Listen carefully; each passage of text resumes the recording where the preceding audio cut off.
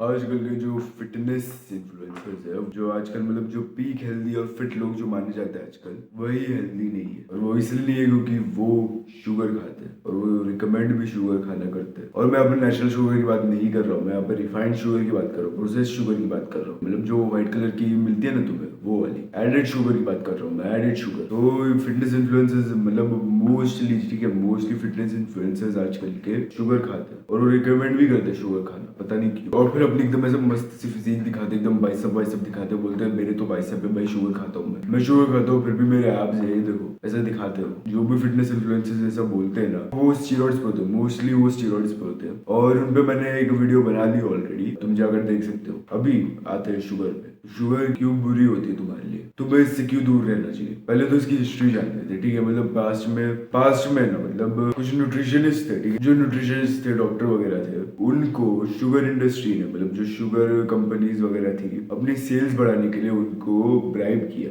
और उनसे रिसर्च करवाई और उन्होंने उनसे बुलवाया कि शुगर अच्छा होता है और फैट बुरा होता है, इसे बुलवाया उन्होंने ताकि उनकी सेल बढ़ सके शुगर इंडस्ट्री की और लोग भी ज्यादा शुगर खा सके। तो ये न्यूट्रिशनिस्ट ने मतलब हाई कार्ब और शुगर को ज्यादा प्रमोट करना शुरू कर दिया और फैट को डिमोनाइज करना शुरू कर दिया। आई मीन वो सारे न्यूट्रिशनिस्ट कुछ भी बकवास कर रहे थे। सबसे पहले तो एक स्कैम चीज लाई उन्होंने, वो है ये बैलेंस डाइट। इससे बड़ा स्कैम मैंने आज तक नहीं देखा कि जब से आई है ना, जब से बैलेंस डाइट आई है, जब से एनएचएस ने अपनी वो बैलेंस डाइट वाली रिपोर्ट डाली है,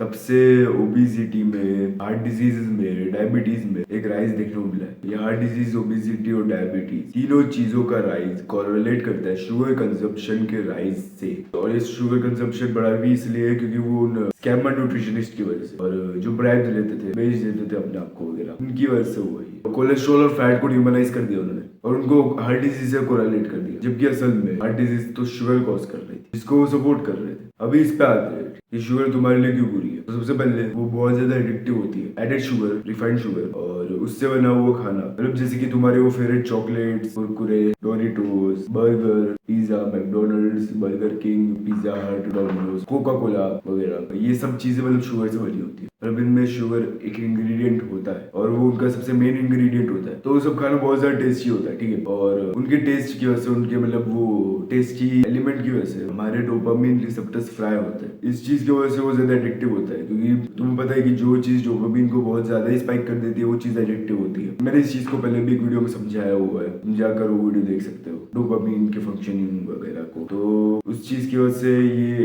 एडिक्टिव होती है और फिर तुम ज्यादा खाने लगते हो। फिर ये मतलब उतना ज्यादा मतलब हिट नहीं देती है बाद में, और फिर तुम उसको मतलब और भी ज्यादा अलग अलग तरीके से खाने लगते हो वगैरह, अलग अलग स्टिमुलेटिंग तरीके से, और ये चीज तुम्हारे डिप्रेशन को कॉज करती है वगैरह। तो ये सब चीजें होती है शुगर की वजह से, उसके एडिक्शन की वजह से। और एक बात बोलूँ, ये मतलब जो ड्रग्स होते हैं, मतलब जो खतरनाक वाले एकदम हाईली एडिक्टिव ड्रग्स होते हैं, उनसे ज्यादा एडिक्टिव है शुगर। शुगर एक ड्रग है जो लीगल है, जो मार्केट में मिलता है खुलेआम, और हर एक खाने में मतलब ऑलमोस्ट हर एक चीज में आजकल शुगर मिलाई जाती है। अभी दूसरे रीजन पे आते हैं कि मतलब ये फैट गेन करवाती है। ये तो ऑब्वियस था, है ना। देखो, ये हाई इन कार्ब्स होती है ना, और अगर तुम ज्यादा शुगर खाओगे, मतलब अगर तुम जो भी तुम्हारा नॉर्मल इनटेक है, 200 grams of sugar per day खाओगे तुम, तो तुम्हारा कार्बोहाइड्रेट्स का इनटेक बहुत ज्यादा हो जाएगा। ऊपर से तुम सिर्फ कार्बोहाइड्रेट्स में शुगर नहीं खा रहे, तुम और भी बहुत सारी चीजें खा रहे हो। तुम ग्रेन्स खा रहे हो, तुम फ्रूट्स खा रहे हो, तुम हनी खा रहे हो, मतलब और भी बहुत सारी चीजें खा रहे हो तुम कार्बोहाइड्रेट्स में। इस चीज की वजह से तुम्हारा कार्बोहाइड्रेट इनटेक पूरा पीक पे होता है। मतलब अगर तुम कुछ भी अपने नीड से, अपने बॉडी के नीड से ज्यादा कंज्यूम करते हो, तो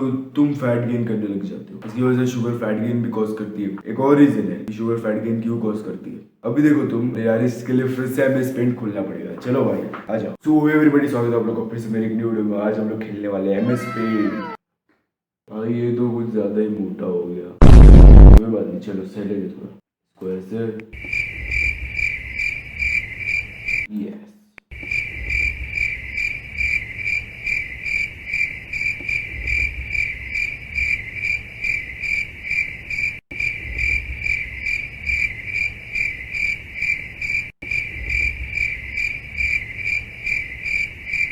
हो गया। चलो देखो, ये है तुम्हारा, ये तुम्हारा इंसुलिन, ये ग्राफ तुम्हारा इंसुलिन है। देखो,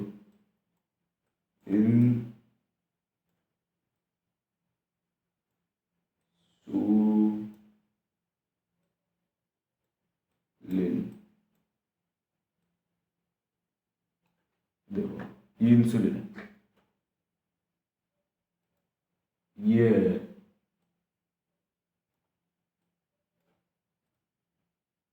लेप्टिन,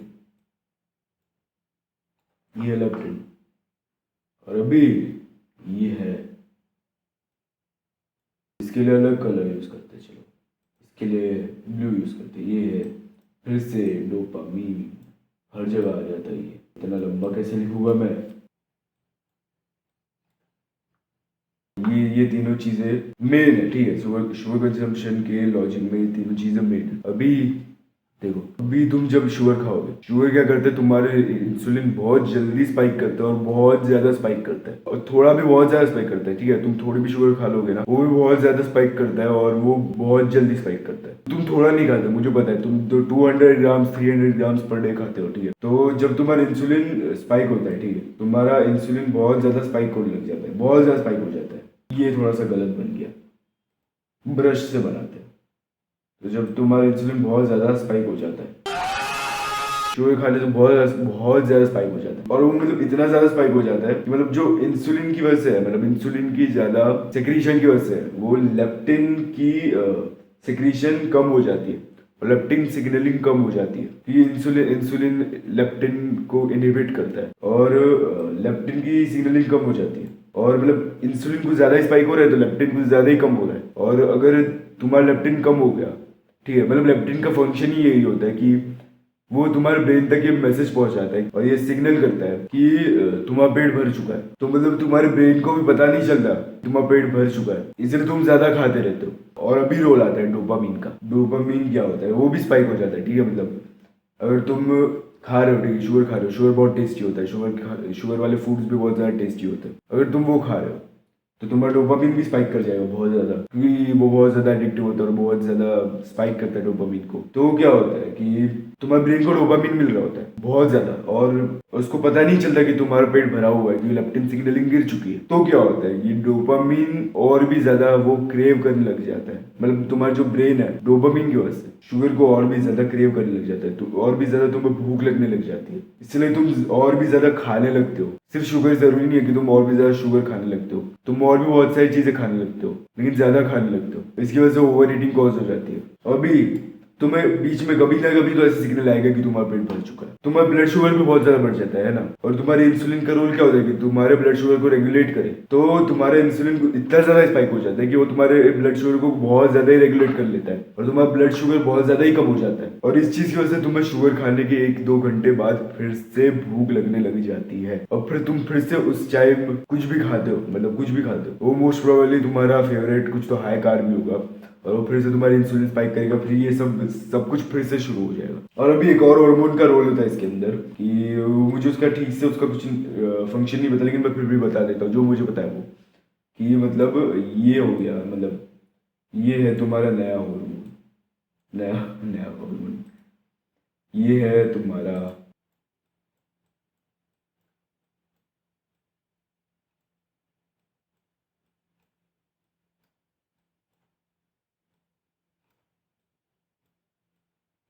ग्रेलिन। ये तुम्हारा ग्रेलिन, ग्रेलिन का ये रोल होता है कि वो तुम्हें भूख लगवाता है, वो तुम्हें सिग्नल देता है कि तुम्हें और भी ज्यादा भूख लग रही है और तुम्हें और भी ज्यादा चाहिए, खाना चाहिए। तो डोपामिन स्पाइक होता है, ठीक है। ब्रेन को पता नहीं चलता कि तुम्हारा पेट भरा हुआ है, क्योंकि लेप्टिन गिर चुका है, और डोपामिन स्पाइक होता है और ब्रेन को और भी ज्यादा वो क्रेव करने लग जाता है, ब्रेन वो और भी ज्यादा क्रेव करने लग जाता है। तो वो और भी मांगने के तुम्हारा ग्रेलिन सेक्रेट करने लग जाता है, ग्रेलिन बढ़ने लग जाता है तुम्हारा। और अभी अभी मैंने तुम्हें फंक्शन बताया उसका, कि वो तुम्हें ज्यादा भूख लगवाता है, तुम्हें और भी ज्यादा भूख लगेगी। ये है पूरा सिस्टम, ठीक है, शुगर का सिस्टम। ये था पूरा शुगर का सिस्टम, ठीक है। अभी तुम्हें इस सिस्टम को तोड़ने के लिए शुगर खाना बंद करना पड़ेगा। एक और चीज, ओवर ईटिंग से तुम फैट गेन कर ही रहे हो, लेकिन तुम एक और चीज की वजह से फैट गेन कर रहे हो। यही यही सेम प्रोसेस में, कि तुम्हारा इंसुलिन इतना ज्यादा स्पाइक हो जाता है, इतना ज्यादा सेक्रेट हो जाता है, ब्लड शुगर तुम्हारा रेगुलेट हो भी जाता है, ठीक है। फिर एक और कारण हो जाता है कि तुम्हारा जो इंसुलिन है वो ऑलरेडी बहुत ज्यादा सेक्रेट हो चुका है, और तुम्हारा ब्लड शुगर भी मतलब खत्म ही हो चुका है, और फिर मतलब कम हो जाता है, ठीक है, खत्म तो हो नहीं सकता, कम हो जाता है। फिर इंसुलिन देखता है भाई मेरे पास अभी तो कोई काम नहीं है, तो चलो अपना आखिरी काम खत्म करते हैं। तो इंसुलिन का आखिरी काम ये होता है, उसका एक और फंक्शन ये होता है कि वो फैट स्टोर करता है। तो बस फिर इंसुलिन ज्यादा सेक्रेट हो चुका है, वो उसका आखिरी काम खत्म करना है उसको, तो वो फैट स्टोर करेगा और तुम और भी ज्यादा फैट गेन करोगे। और ये सिस्टम को तोड़ने के लिए तुम्हें शुगर को खाना बंद करना पड़ेगा। मैंने तुम्हें अभी भी बताया शुगर ना खाने का एक और रीजन है कि मतलब वो वाटर रिटेंशन कॉज करता है। और ये सिर्फ शुगर की वजह से नहीं होता, वो in general high carb diet की वजह से होता है। अगर तुम 400 ग्राम कार्ब से ज्यादा खा लो तो क्या होता है कि तुम वाटर रिटेंशन कॉज करने लग जाते हो, मतलब तुम्हारी बॉडी वाटर रिटेंशन कॉज करने लग जाती है। तुम्हारा जो चेहरा है वो और ज्यादा पफी होने लग जाता है वाटर रिटेंशन की वजह से। तो इस चीज की वजह से तुम्हारा जो चेहरा है वो ज्यादा ब्लोटेड लगने लग जाता है। देखो मुझे ही देखो, ठीक है, मतलब अगर तुम मेरे को कट पे देखोगे मेरे, तब तुम्हें मेरा चेहरा इतना ज्यादा ब्लोटेड नहीं लगेगा। तुम्हें मतलब ये चीक बोन्स थोड़े बहुत दिखेंगे, लेकिन अभी मतलब बल्क चल रहा है, तो मेरी डाइट में 400 ग्राम से 500 ग्राम कार्ब्स चला ही जाता है। मतलब कि मतलब अभी तक कंट्रोल में नहीं हूँ, तो मैं मतलब ऐसे कीटो डाइट पे जा नहीं सकता या फिर लो कार्ब डाइट पे जा नहीं सकता, तो मुझे खाने पड़ते इतने सारे ताकि मैं प्रोटीन इंटेक भी कर सकूँ, कैलोरी इंटेक भी कर सकूँ वगैरह। इस चीज की वजह से मुझे भी वाटर रिटेंशन हुआ पड़ा है। देखो मेरा भी थोड़ा सा वो ब्लोटिंग दिख रही होगी, अगर तुम मुझे सुबह को देखोगे ना जब मैं उठूंगा तब एकदम ऐसे बहुत ज्यादा पफी होता है, क्योंकि तब तो वाटर रिटेंशन पीक पे होता है। लेकिन बाद में पानी पी के थोड़ा सा फिर भी थोड़ा सा ठीक हो जाता है, लेकिन फिर भी वाटर रिटेंशन रहता ही है। शुगर इसलिए भी नहीं खानी चाहिए क्योंकि उससे वाटर रिटेंशन ज्यादा, उससे और भी ज्यादा वाटर रिटेंशन होता है। मतलब जो नॉर्मल कार्ब्स होते हैं ना, मतलब जो अपने फ्रूट्स वाले, हनी वाले, ग्रेन्स तो वैसे भी बुरे होते हैं, लेकिन फिर भी तो वो सारे कार्ब्स जो है वो तुम्हें इतना वाटर रिटेंशन कॉज नहीं करते जितना शुगर करता है, क्योंकि शुगर के कार्ब्स इतना गंदा वाटर रिटेंशन कॉज करते हैं ना, मतलब क्या ही बोलूं। इसलिए तुम देखोगे ना जो शुगर खाते हैं, जो नॉर्मल जो शुगर खाने वाले लोग होते हैं, उनका मतलब चेहरा बहुत ज्यादा ब्लोटेड होता है कम हमारे मतलब जो शुगर नहीं खाते उनके कंपैरिजन। और एक और रीजन है, ठीक है, मेरे को अभी अभी याद आया कि वो ब्रेन फॉग कॉज करता है। मतलब अगर तुम ज्यादा शुगर खाओगे, तुम ज्यादा ग्रेन्स भी खाओगे, ग्रेन्स भी ठीक है, अगर तुम ज्यादा शुगर भी खाओगे और तुम ज्यादा ग्रेन्स भी खाओगे तो तुम्हारे ब्रेन फॉग शुरू हो जाता है। मतलब तुम ज्यादा स्लीपी फील करने लग जाते हो, तुम ज्यादा, तुम्हें कुछ समझ में नहीं आता, तुम टायर्ड फील करते हो, तुम्हारा दिमाग काम करना बंद कर देता है वगैरह। ये सब कुछ इसकी वजह से होता है कि शुगर की वजह से ब्रेन फॉग होने लग जाता है, कार्ब्स की वजह से, ग्रेन्स वाले कार्ब्स की वजह से बहुत ज्यादा होता है, और शुगर की वजह से भी होता है बहुत ज्यादा। और अभी कुछ बोलेंगे कि अरे भाई पर कार्ब्स तो बहुत ज्यादा जरूरी होते हैं, तुम्हें तो चाहिए कार्ब्स, तुम्हारा ब्रेन फूड होता है वो। कोई तो आंटी को देखा था, डॉक्टर आंटी को बोलते हुए कि carbs is your brain food. Carbs is your brain food. तो देखो अगर तुम्हें मतलब कार्ब्स का मेन फंक्शन क्या होता है कि वो तुम्हें एनर्जी देता है, ग्लाइकोजन देता है, ठीक है। ग्लाइकोजन के लिए तुम कार्ब्स खाओ, ठीक है, तुम 300 ग्राम्स वगैरह खा सकते हो अगर तुम कंट्रोल में हो तो। लेकिन अगर तुम्हें मतलब ग्लाइकोजन क्या करता है, तुम्हारे मसल्स को फुलाता है वगैरह। लेकिन वो अगर तुम सोडियम भी खाओगे ना ज्यादा, और क्रिएटिन भी खाओगे ना, क्रिएटिन तुम खा नहीं सकते मुझे पता है, लेकिन अगर तुम खा सकते हो तुम खाओ, और सोडियम और क्रिएटिन की वजह से भी तुम्हारे मसल्स फूलते हैं। तो अगर तुम कार्ब्स ज्यादा ना भी खाओ तो भी तुम वो दोनों को खा के तुम्हारे मसल्स को फुला सकते हो। और दूसरा फंक्शन ये है कि तुम्हें एनर्जी देता है वर्कआउट्स के टाइम पे, तो तुम्हें उसकी भी जरूरत नहीं है, ठीक है। अगर तुम कार्ब्स को कट डाउन कर दो, फैट को बढ़ा दो, फैट इंटेक को बहुत ज्यादा कर दो, तो तुम्हारे जो फैट्स भी है वो भी तुम्हें एनर्जी देंगे, उससे भी ज्यादा एनर्जी देंगे, और वो तुम्हें ज्यादा फोकस भी बनाते हैं वैसे, क्योंकि कार्ब्स तुम्हारे फोकस को लूज कर देते हैं वगैरह। कार्ब्स को मैं डिमोनाइज नहीं कर रहा, ठीक है, मैं वो शुगर को डिमोनाइज कर रहा हूँ, क्योंकि कार्ब्स इन जनरल बुरे नहीं होते, ठीक है। मतलब अगर तुम ग्रेन्स और शुगर से खा रहे हो तो हाँ वो बुरे हैं, लेकिन अगर तुम फ्रूट से ले रहे हो, हनी से ले रहे हो तो बुरे नहीं है, या फिर मिल्क से ले रहे हो तो भी बुरे नहीं है। मैं अलग से एक डाइट वीडियो भी बनाऊंगा कि कैसे एक हेल्दी डाइट पाई जाती है तुम्हारे ब्रेन के लिए, तुम्हारे बॉडी के लिए वगैरह के लिए, वो एक अलग से वीडियो होगी, ठीक है। लेकिन याद रखना, everything that feels good doesn't really mean that it really is good. आज के लिए बस इतना ही, मिलता है अगली वीडियो।